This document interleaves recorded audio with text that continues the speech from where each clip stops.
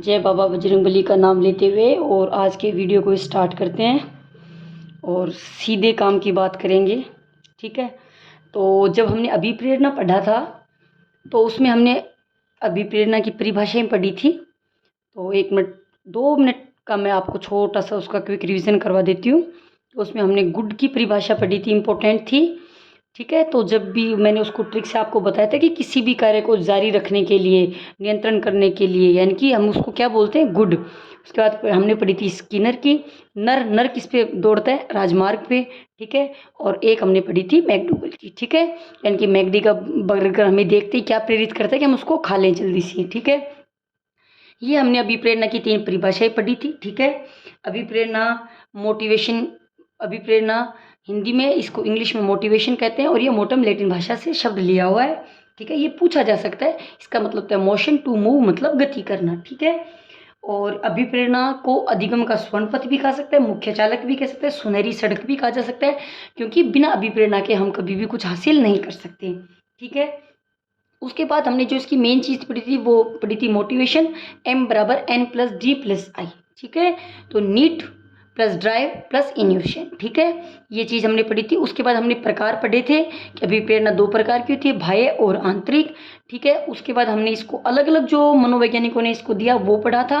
तो सबसे पहले जो हमारे दी थी वो अब्राहम मैस्लो ने दी थी, जन्मजात और अर्जित। उसके बाद हमारे थॉमसन ने दी थी, उन्होंने दी थी स्वाभाविक और कृत्रिम। उसके बाद हमारे गैरिट ने दी थी, और गैरिट ने हमारे 3 प्रकार की दी थी। ठीक है, तो एक बार आप अभिप्रेरणा, वीडियो थोड़ा लंबा होने के कारण मैंने उस दिन ये नहीं पढ़ाया था कि मैं ये आज करवा रही हूँ। तो ये थी हमारी पूरी अभिप्रेरणा। उसके बाद में अभिप्रेरणा से संबंधित जो सिद्धांत जो मनोवैज्ञानिकों ने दिए उसमें सबसे जो इम्पोर्टेंट जो सिद्धांत है वो है अब्राहम मास्लो का आवश्यकता पदानुक्रमिक सिद्धांत। ठीक है, इस सिद्धांत के बहुत नाम है। 1954 में दिया गया है। इसमें आवश्यकताओं को लो टू हाई मतलब निम्न से ऊपर की ओर, ठीक है, दर्शाया गया है। पदानुक्रमिक आवश्यकता का सिद्धांत भी बोलते हैं इसको। ठीक है, हम इसको याद करने के लिए ऐसे बोल सकते हैं हर चीज़ हमें पद से चाहिए, यानी कि पद मतलब एक सीरियल वाइज चाहिए हमको। ठीक है, एक सीरियल वाइज चाहिए हमको, हर चीज़ एक सीरियल वाइज चाहिए, यानी कि पद से, यानी कि सबसे पहले हमें भोजन, नींद और पानी चाहिए। ठीक है, हो सकता है एक बार हम प्रेम के बिना रह सकते हैं, सुरक्षा के बिना रह सकते हैं, सम्मान के बिना रह सकते हैं, लेकिन हम भोजन, नींद और पानी के बिना नहीं रह सकते। मांग और पूर्ति आवश्यकता का सिद्धांत, जैसे हमारी भाषा में आते हैं कि हम पेट के लिए कमाते हैं ना, ऐसे बूढ़े बुजुर्ग जो होते हैं वो हमारे कहते हैं कि पेट के लिए कमाते हैं, बस टाइम की 2 रोटी मिल जाए, तो बस वही बात है, वो हमारी मांग है। और उस मांग को पूर्ति करने के लिए हमारे लिए अभिप्रेरणा जरूरी है।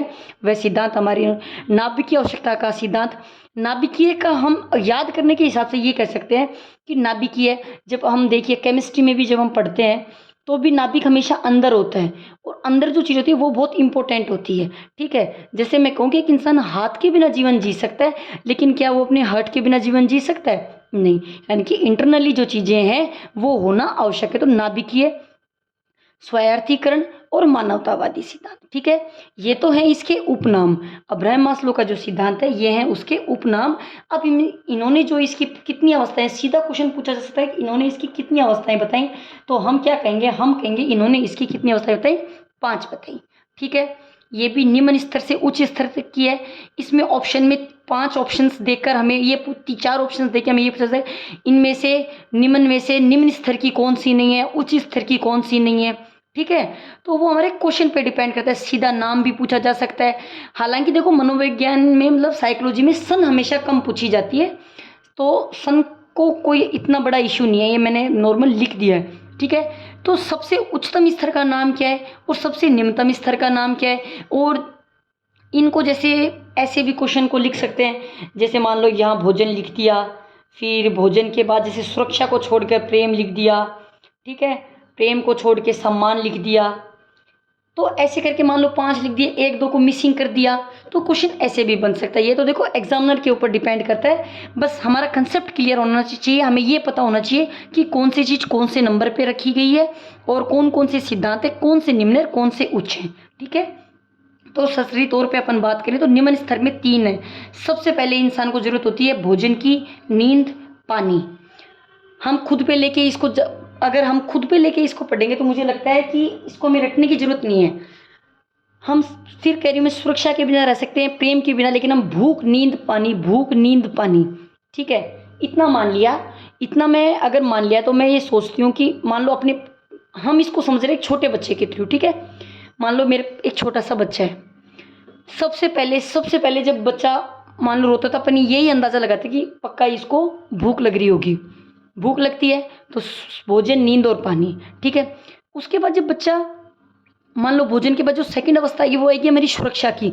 अब वो सुरक्षा की कैसी आई, वो सुरक्षा की ऐसे आएगी कि मान लो छोटा बच्चा होता है, वो पर निर्भर होता है। पर निर्भरता है मतलब है कि हम ही उसको नहलाते हैं, हम ही उसको खिलाते हैं, और तो और वो बेड से भी गिर सकता है तो हम उसका ध्यान भी रखते हैं, ठीक है। अगर वो चलना सीखता है तो भी हम उसका एनी टाइम हम ध्यान रखते हैं। तो फिर क्या होती है, हमारे एक बच्चे के लिए हमारी सुरक्षा बहुत ज़रूरी हो जाती है। जब बच्चा 3-4 महीने का होता है, 4-5 महीने का बच्चा होता है, जब वो कुलाटी मारने लग जाता है, ठीक है, जैसे बच्चा चलने लगता है, वो बच्चा सीढ़ियाँ चढ़ने लग जाता है, तो उस टाइम हम उसकी क्या कहते हैं, सुरक्षा करते हैं चीज़ों से। बाद में तो वो समझने लग जाता है कि सीढ़ियाँ ऐसे चढ़ेंगे तो हम गिर जाएंगे, उसके अपने आप उसमें इतना हो जाता है। उसके बाद होती है प्रेम, परिवार, समाज और मित्र, ठीक है। बिल्कुल सुरक्षा के बाद में जब बच्चा 1 साल तक, उसकी 1.5 साल तक अच्छी सुरक्षा होती है, बेड से गिरने की भी होती है, ऊपर चढ़ने की भी होती है, गेट में उंगली देने की भी होती है, खैर ये तो छोटी छोटी बाद में भी होती रहती है। लेकिन जब किसी भी चीज़ को बच्चा शुरू में करता है तो एक अलग ही उसके होता है, वो बार बार उस क्रिया को दोहराता है, ठीक है। तो उसके बाद उसको जरूरत पड़ती है प्रेम, परिवार, समाज और मित्र की, ठीक है। जब प्रेम, परिवार, समाज, मित्र हो गया, उसके बाद होती है सम्मान और पहचान की। मान लो उसके बाद हम ऐसे रिलेट कर सकते हैं कि जब मान लो छोटा बच्चा है और उसके दादू बाहर से आते हैं और वो आते ही उसको याद नहीं करते, तो उसके एकदम से ऐसे होगा कि मुझे पूछा क्यों नहीं, दादू ने मुझे पूछा क्यों नहीं, ठीक है। होता है लक्ष्य। तो सबसे पहले भोजन, सुरक्षा, प्रेम, सम्मान, लक्ष्य, ठीक है। अगर हम इसको बड़े वे से समझे तो भी कोई दिक्कत नहीं है। सबसे पहले भोजन, ठीक है, मान लो एक बड़ा बच्चा भोजन किया, फिर उसके घर वाले उसकी सुरक्षा करते हैं, फिर वो किसी के प्रेम के चक्कर में पड़ जाता है। लेकिन प्रेम के चक्कर में तो पड़ गया, ठीक है, लेकिन फिर उसको घर वाले समझाते हैं, देख अगर तूने लव मैरिज की तो हमारी तो बेइज्जती हो जाएगी। तो फिर वो क्या करता है, अपने सम्मान को देखता है, अपना मतलब वो सोचता है कि भाई इससे करने से मेरे घर वालों का सम्मान खराब हो जाएगा। फिर वो क्या करता है, उसका जो लक्ष्य होता है, उसको नौकरी लगना हुआ होता है या उसको कुछ और अच्छा बिजनेस करना होता है, तो वो करता है। यानी कि सबसे पहले एक बच्चा भोजन करता है, फिर सुरक्षा करता है, स्कूल में गया, उसको प्रेम हुआ तो उसने सोचा लव मैरिज करेंगे, घर वालों ने समझाया नहीं ये हमारे इज्जत के खिलाफ है, ये हमारे सम्मान के विरुद्ध है, तो उसने क्या किया, ठीक है, घर वालों की बात मानी और अपने लक्ष्य की ओर अभी प्रेरित हो गया, ठीक है। सबसे बड़ा है आत्म सिद्धिकरण का।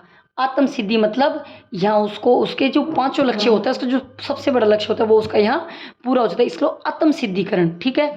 और निम्न स्तर के होते हैं 3 और सबसे उच्च स्तर के होते हैं 2, ठीक है। सबसे उच्चतम पद कौन सा होता है, लक्ष्य हासिल करना यानी कि आत्म सिद्धिकरण। सबसे निम्न स्तर का होता है शारीरिक आवश्यकता। ये है हमें हमारे अभिप्रेरणा के सिद्धांत, ठीक है। सबसे उच्च स्तरीय ये क्वेश्चंस आए हुए हैं, निम्न स्तर का भोजन, पानी, नींद, ठीक है। अगर इनकी बात अपन करें तो ये तो अभिप्रेरणा के सिद्धांत हो गए, लेकिन इसमें और भी छोटे छोटे जो सिद्धांत है, तो एक बार अपन उनका नाम देख लेते हैं और किसने दिया वो देख लेते हैं और नॉर्मल से उन पर चर्चा कर लेते हैं। तो जो हमारा मूल प्रवृत्ति का सिद्धांत है वो दिया हमारे विलियम जेम्स ने, ठीक है।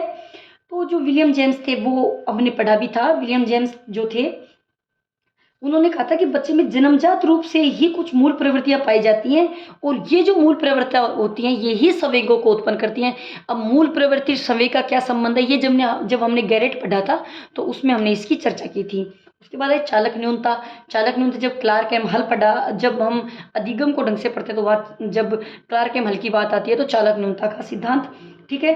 तो इसमें हल क्या कहते हैं, इसमें हल कहते हैं कि जब व्यक्ति में उत्पन्न होने वाली जो आवश्यकता होती है वह एक चालक को जन्म देती है, ठीक है, और वही चालक व्यक्ति को क्रियाशील बनाता है और प्रेरित होकर व्यक्ति व्यवहार करता है, ठीक है। अगर मैं नॉर्मल सी भाषा में बात करूं तो अपन कहते हैं कि आवश्यकता आविष्कार की जननी होती है, तो ठीक है। तो इंसान के अनुसार जो आवश्यकता होती है ना, आवश्यकता एक चालक का कार्य करती है। आवश्यकता एक चालक को जन्म देती है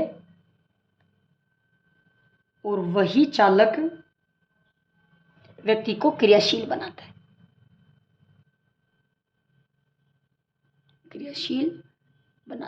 ठीक है। उसके बाद है हमारा क्षेत्र सिद्धांत। ये हमारे कुर्टलेविन ने दिया था और इनका कहना था कि मानव व्यवहार स्वभाव में व्यक्ति और उसके वातावरण की अंत्यक्रिया का परिणाम होता है। बिल्कुल व्यक्ति जो भी कुछ होता है, और ये हमने विकास में भी पढ़ा था कि वंश का नाम वातावरण का गुणनफल होता है, और इन्होंने यहाँ व्यक्ति और व्यक्ति के वातावरण के बीच में परिणाम बताया। इतनी सी बात है। इसके जो अभिप्रेरक थे वो अपने अलग अलग पढ़ लिए थे, मास्लो, थॉमसन और गैरिट के। और ये हमारा होता है अभिप्रेरणा चैप्टर पूरा। धन्यवाद। जय श्री राम।